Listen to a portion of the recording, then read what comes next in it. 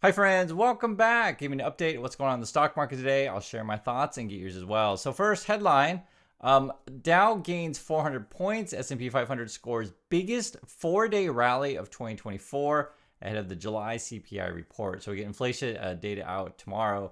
And you guys can see this here. It's kind of crazy. Was a major rally in 2024. Why do I say crazy? Is because our markets are just up and down, in wild swings, right?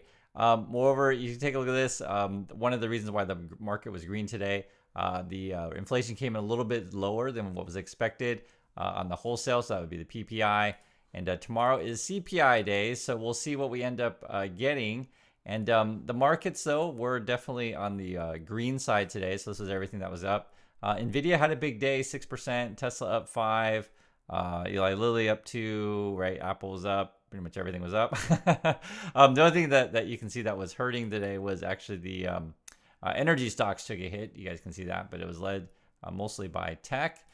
Moreover, the treasury yields we'll check out is 2-year is at 3.95%, 10-year is at 3.86. Looking around the world, green all across the board, except just for a few stocks. But again, we're watching to see what the CPI data is tomorrow. So we'll find out. There's a couple things I want to go over, though, guys, which I think are big stories. And this is sort of like, how can I say, why you want to track everything that happens in the market. Just have a general sense of like what's going on, and then compare it to how you're feeling where you are on the ground. So, for example, Home Depot came out with earnings today, and you can read the headlines here. Home Depot cuts sales outlook as consumer spending weakens, right? And remember, when we track the market, you get the overall trend, and also too, you want to see, okay, what is each individual sector doing, and what are companies doing, because they have a direct bead on sort of their sales. So Home Depot is expecting sales to go down maybe 3 to 4%, and then before they were saying down 1%, but so it was worse than expected. And then this is also too, we talked about this on the channel, to where it's not just Home Depot. McDonald's has been saying consumers are a bit soft. Disney's been saying the same thing. And it's interesting because we're getting a whole bunch of consumer companies are going to be reporting, right? So I think Macy's going to be reporting this week, and then Target, Walmart, those kind of things. And we'll see what they have to say about the consumer. I'm willing to bet it's going to be roughly the same. They're going to say the consumer's feeling a bit worried about the future. Here's a quote coming from Home Depot, and the phrase that they were using, the CEO was, or actually Chief Financial Officer. They were saying that consumers have a deferral mindset. It's kind of interesting. And this is the quote here. It says, over the past quarter, he said, surveys of customers and home professionals like contractors have captured another challenge, a more cautious consumer, right? And we're talking about, do people want to, redo their kitchens, cabinets, that kind of stuff. The quote is, pros tell us that for the first time, their consumers aren't just deferring business because of higher financing costs, okay? So meaning that if you have to borrow money to fix up your house or whatever, right, that would be one reason why you wouldn't want to do it, because it's just the interest rates are too high. The other reason they say here is they're deferring because of a sense of greater uncertainty in the economy.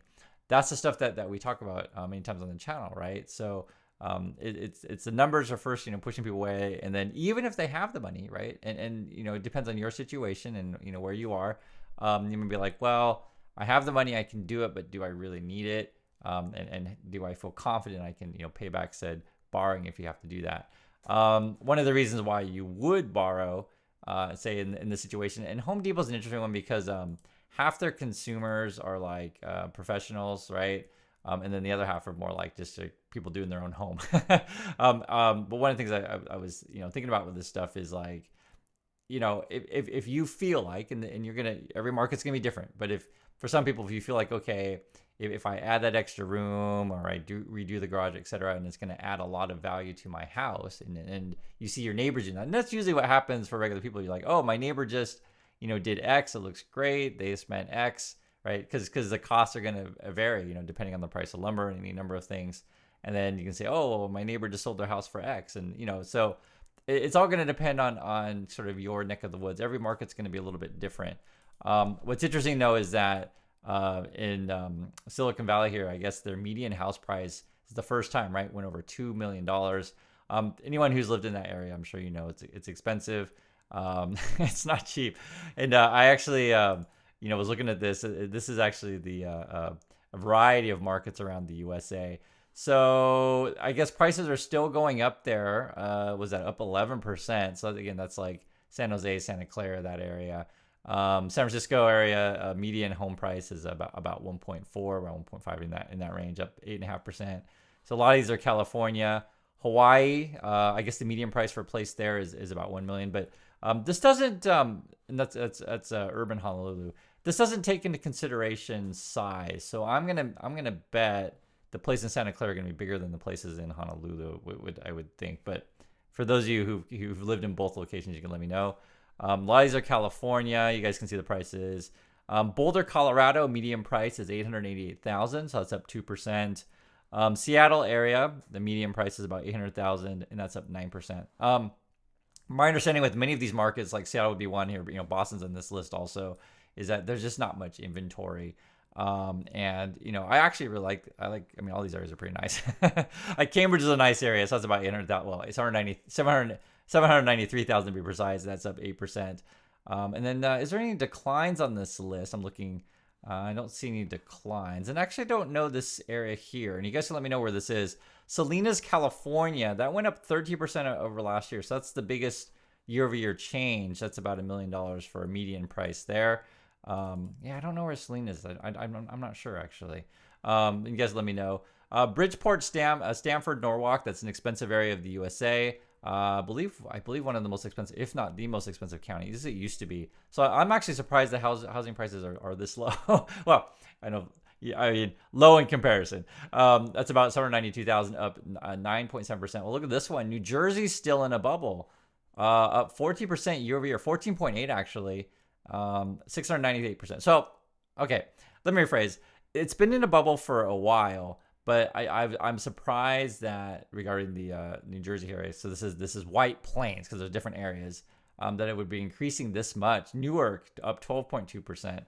This would be Newark, Jersey, NY. Okay, so there's like a couple different places here. So it depends if you're just looking at just Newark or New York and Jersey City, also up at 12.2%. So the homes there are about $700,000. Portland, so that's the area I grew up in.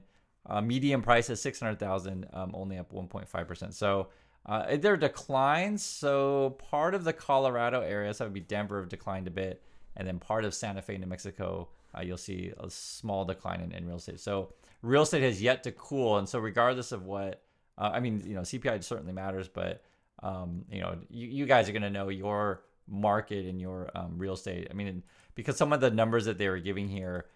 Regarding like affordability, these kind of things. So basically, it says here 48% of U.S. markets you need an income of about $100,000 to qualify for a house. But this was saying though that was factoring in a 10% down payment. Usually you want more like 20%. I've seen other numbers. Maybe you if you want to buy a house these days, and median income, median house, maybe you need more like 120. And I think the sort of average / median home price in the USA is around like 450, something like that. So the markets I was showing you are higher than the median. But you guys know the stuff, you live in these markets. Typical mortgage these days is about $2,262. So that's up 11% from the past quarter. And this is another big number because you want to track all these things. Families typically spend 26.5% of their income on mortgage payments, and that's up from 24.2%. It's just a strain on people. So this is why you track all the companies and what people are saying. And then when you talk about this, if people are struggling with home costs, are they going to go out and buy a new Google AI powered phone? Right, that's the question. Is that something that people want? And it's interesting because we were just talking about this yesterday, talking about appealing to consumers.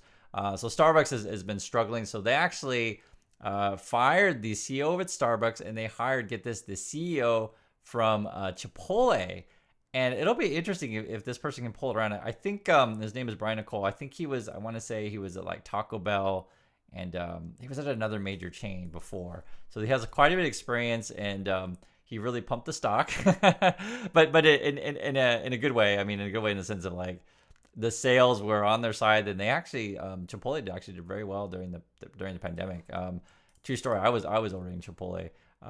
It was like actually it was kind of funny. There was a Chipotle hack during the pandemic. I didn't figure it out until towards it was too late because they closed it. It was like, because I would always get burritos, right? And then someone figured out, like, if you just get the like the bowl and then you order the tortilla separately, so you basically make your own burrito, then it's cheaper. So they closed that loophole very quick. I can't remember. It was like on Reddit, or someone made a YouTube video or whatever about the Chipotle hack, right? To get a burrito for a little bit cheaper. It's kind of funny. But that's the stuff you read about. That's the useful information that you get on TikTok, right? This is actually another thing I want to point out too as well. Recession risks seem to be going up according to the major investment banks. So it's big Goldman, JP Morgan, etc. There are numbers that they're putting out here. They're saying, so this is Goldman.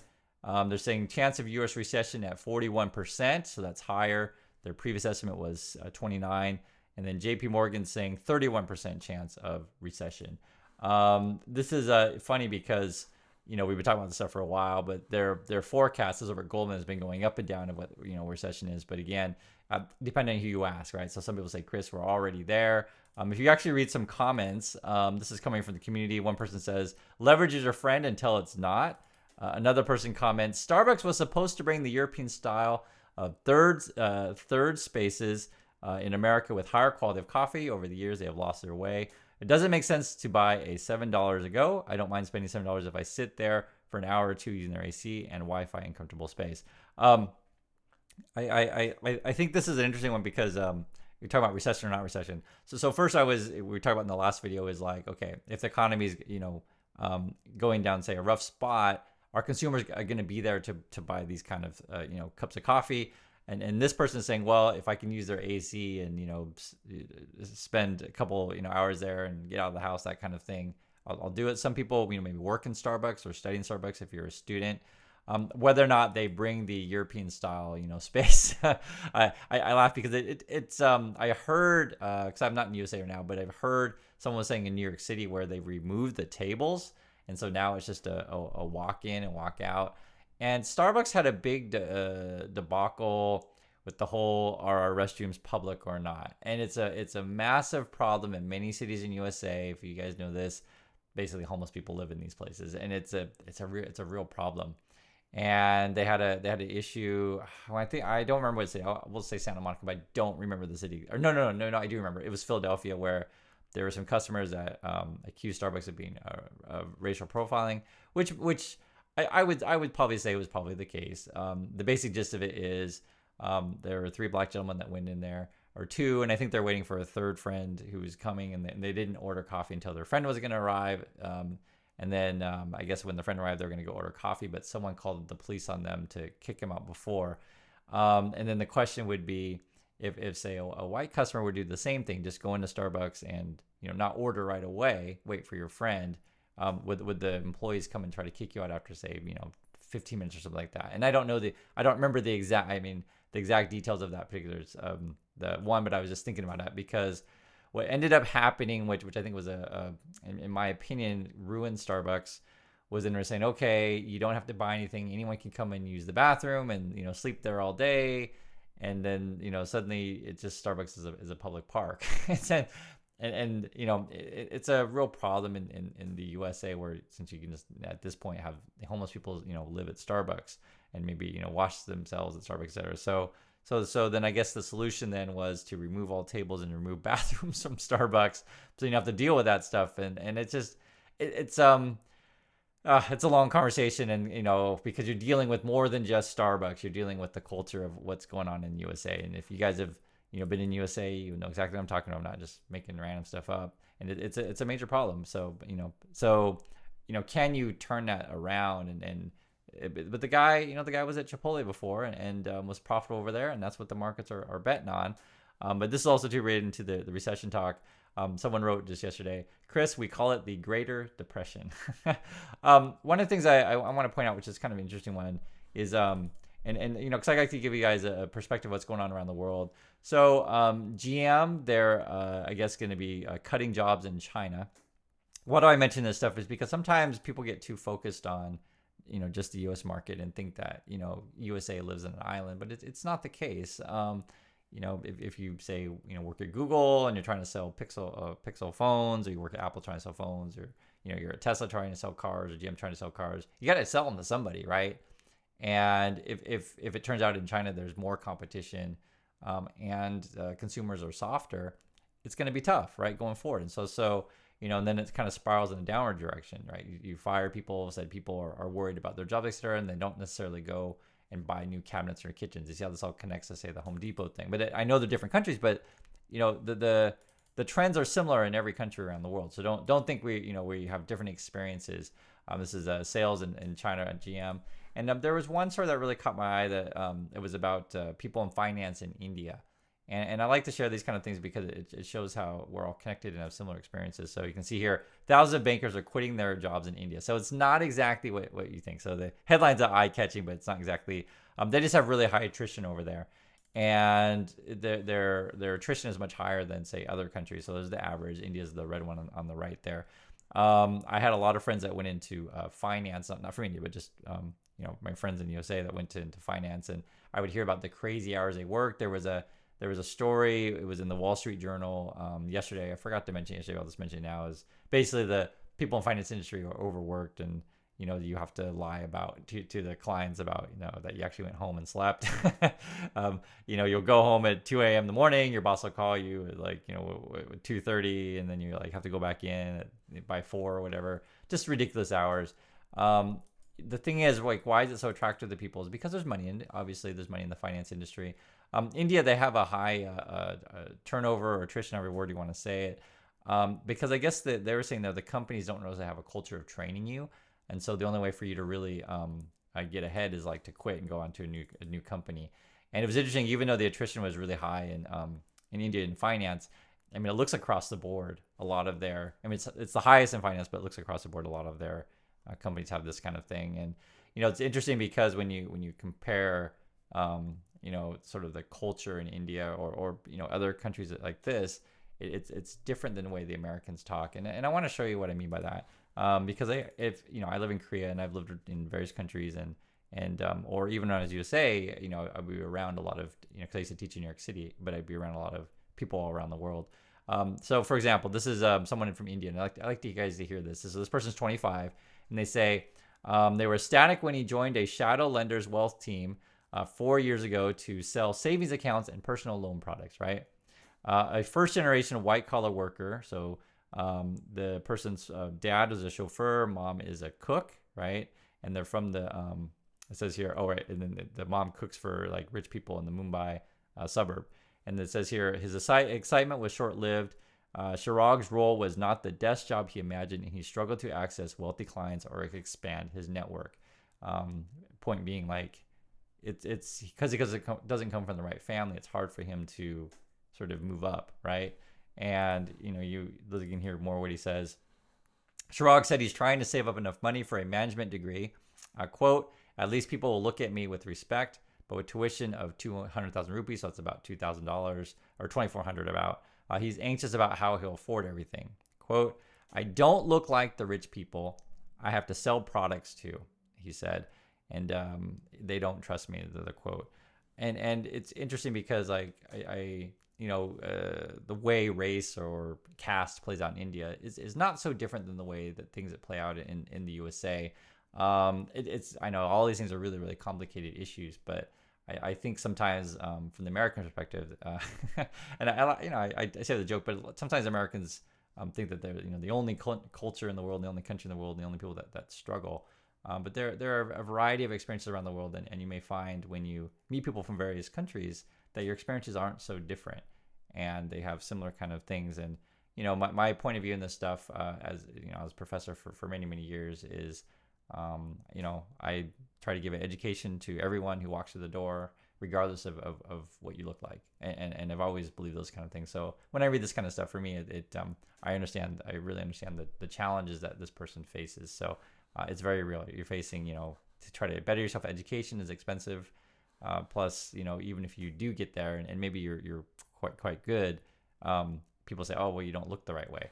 And so that plays out in multiple ways. There's another thing that sort of was interesting as well in terms of the business and sort of how things change around the world. You can see the headline here: China's milk producers target adults as the population ages. So the basic gist of it is that there are less kids in China these days, right? And so if you're a company, you got to figure out like, okay, how do I turn that around if I'm a milk company? And so what you do these days is you're trying to sell like more sports drinks or nutrition drinks for elderly, these kind of things. Like you have to change to adjust to what the market is giving you or what the market wants. And these are the kind of things that you essentially want to track when you're investing in companies.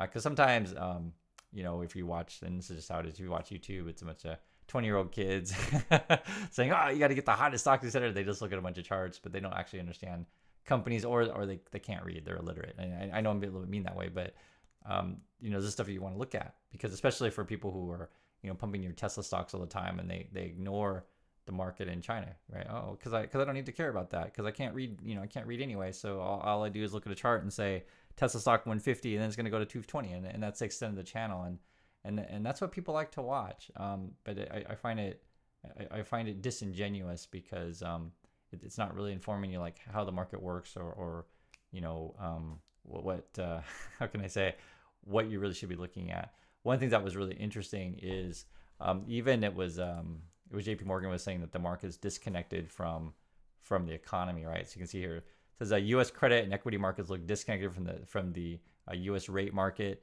If the next U.S. household survey for the month of August is similarly weak to the July one, reinforcing recession thesis, equity and credit markets would need to weaken significantly to catch up with the rate markets. So, meaning that everyone's like, the market's like, oh, I'm pricing in the Fed's going to cut and we're all going to go off to the races, and equity's going to go up to the moon. But it's like, when I look at everything, it doesn't really quite add up. I still see that home prices are high. I see Home Depot is reporting softness. I see that GM is firing.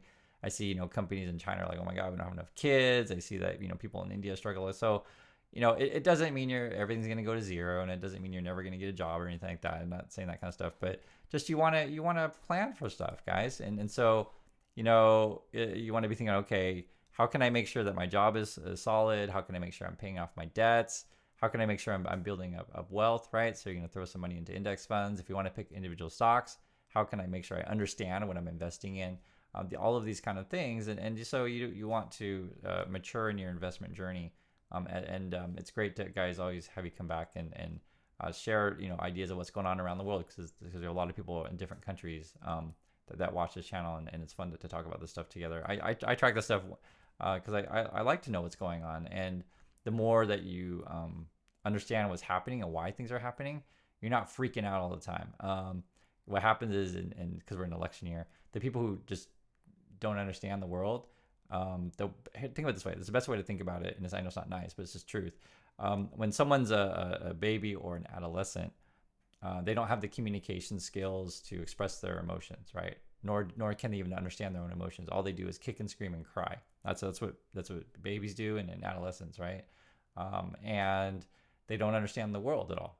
They just say, oh, well, mommy doesn't want me to have my candy now, or mommy doesn't let me touch the hot stove, because they don't understand, right? You can't eat candy all the time, and sometimes you can't touch hot stoves.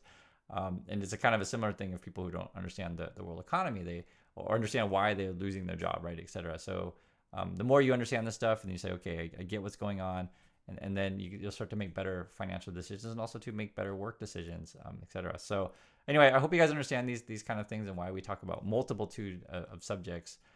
And I always appreciate you coming back and having a chat about this stuff. So thanks for watching, everyone, and I'll catch you in the next video.